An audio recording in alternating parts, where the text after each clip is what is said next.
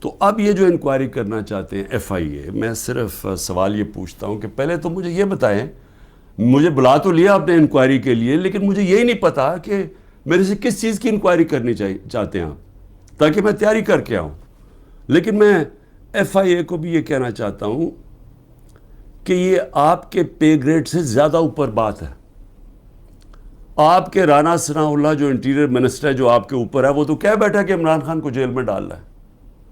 وہ ابھی کوئی انکوائری کا مجھے بھی نہیں پتا، ابھی تو ہمیں 164 کا بیان بھی ہمارے سامنے نہیں آیا، ابھی تو نیوز آئٹمز آ رہی ہیں نا کہ جی اعظم خان نے یہ کہہ دیا، ہمارے سامنے تو ابھی کچھ نہیں آیا، کیونکہ میں نے اپنے وکیلوں سے پوچھا تو کسی کی وکیل کو بھی پتہ نہیں کہ وہ کون سا بیان ہے اعظم خان کا جو 164 پہ آتا ہے، یہ تو نیوز آئٹمز آ رہی ہیں۔ تو ابھی سے ہی وہ کہنا شروع ہو گیا ہے کہ جی اس نے جیل میں جانا ہے جو ایف آئی اے کا ہیڈ ہے، تو ایف آئی اے کی کیا حیثیت رہ گئی؟ تو ہمیں تو پتہ انہوں نے کیا کرنا ہے، لیکن قوم کو پتہ ہونا چاہیے کہ یہ اتنا بڑا ظلم ہوا اس ملک کے ساتھ، جو انہوں نے جو گورنمنٹ گرائی ہماری، جو میں نے آپ کو بتایا بھی کہ آئی ایم ایف کی صرف آپ رپورٹ پڑھ لیں کہ انہوں نے بتایا کہ انہوں نے یہ جو منی لانڈررز تھے اور این آر او والے یہ جو لیڈرز تھے، انہوں نے آ کے پاکستان سے 14 مہینے میں کیا اور عوام کو کتنی تکلیف ہوئی، کتنی تکلیف سے عوام گزر رہی ہے، اور مزید اور آگے تکلیف آنے والی ہے۔ ایک وہ گورنمنٹ جس کی بہترین پرفارمنس تھی،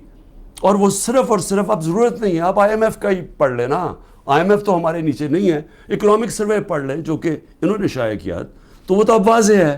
کہ ایک حکومت جو بہترین پرفارمنس دے رہی تھی، جو لوگوں کے حالات بہتر کر رہی تھی، روزگار بڑھتا جا رہا تھا، فیصل آباد کے اندر ٹیکسٹائل کے ورکرز نہیں مل رہے تھے، یعنی دور سے وہ ٹیکسٹائل والے ہمیں کہتے تھے کہ ہم سکول کھولنا چاہتے ہیں، ہمارے پاس ورکرز کم ہو گئے ہیں،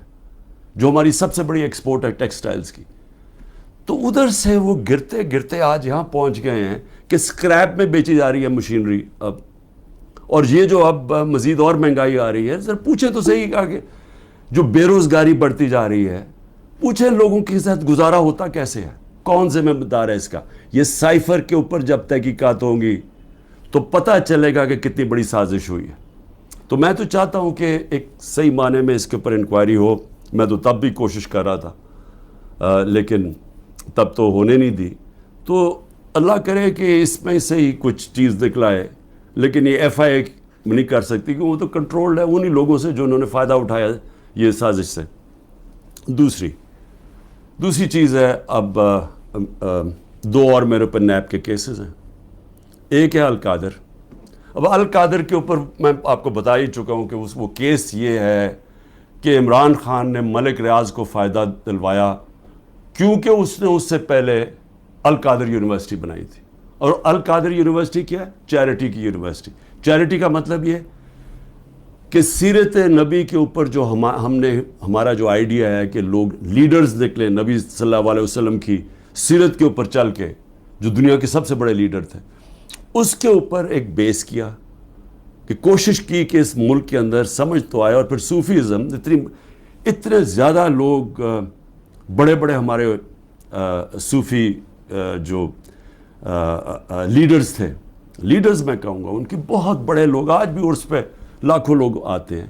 ان کے کلام کا پتہ تو چلے، لوگ آ کے چلے جاتے ہیں، یہ تو پتہ چلے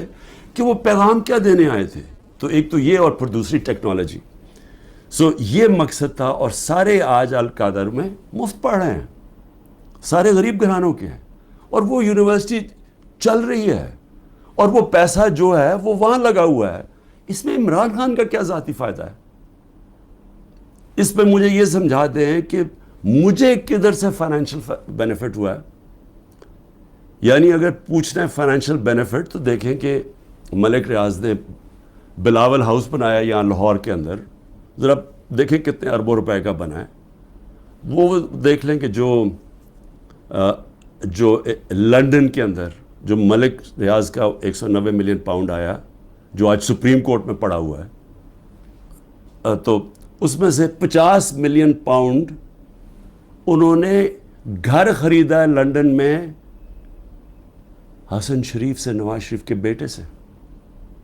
یہ پوچھیں کہ 18 ارب روپیہ، کم از کم 17-18 ارب روپیہ ہے 18 ارب روپے کا نواز شریف کے بیٹے کے پاس پیسہ کدھر سے آیا گھر خریدنے کا؟ کیا اس لیے وہ بھاگ گئے تھے باہر؟ جب نیب نے ان کو بلایا اور پوچھنا تو دونوں بیٹے باہر بھاگ گئے کہ جی ہم پاکستان کے شہری نہیں ہیں. اس کے اندر وہ پوچھا کسی نے ان سے؟ اور پیسہ بھی یہاں پڑا ہے. اگر وہ کہتے ہیں غلط مت میں آ گیا وہ گورنمنٹ آف پاکستان میں، بھئی آپ پیسہ پڑا ہوا ہے سپریم کورٹ میں، آپ انہیں کہیں کہ وہاں ادھر ٹرانسفر کر دیں، لیکن ثابت کرنا پڑے گا کہ کیا یہ پیسہ منی لانڈرنگ کا تھا یا نہیں. وہ پاکستان گورنمنٹ کو اور برطانیہ میں ثابت کرنا پڑے گا. تو ہمارے پاس بھی یہی چوائس تھی، ہم نے پیسہ منگوا لیا، پیسہ یہاں پڑا ہے، تو چوری کدھر ہے اس میں؟ یہ القادر، دوسرا توشہ خانہ.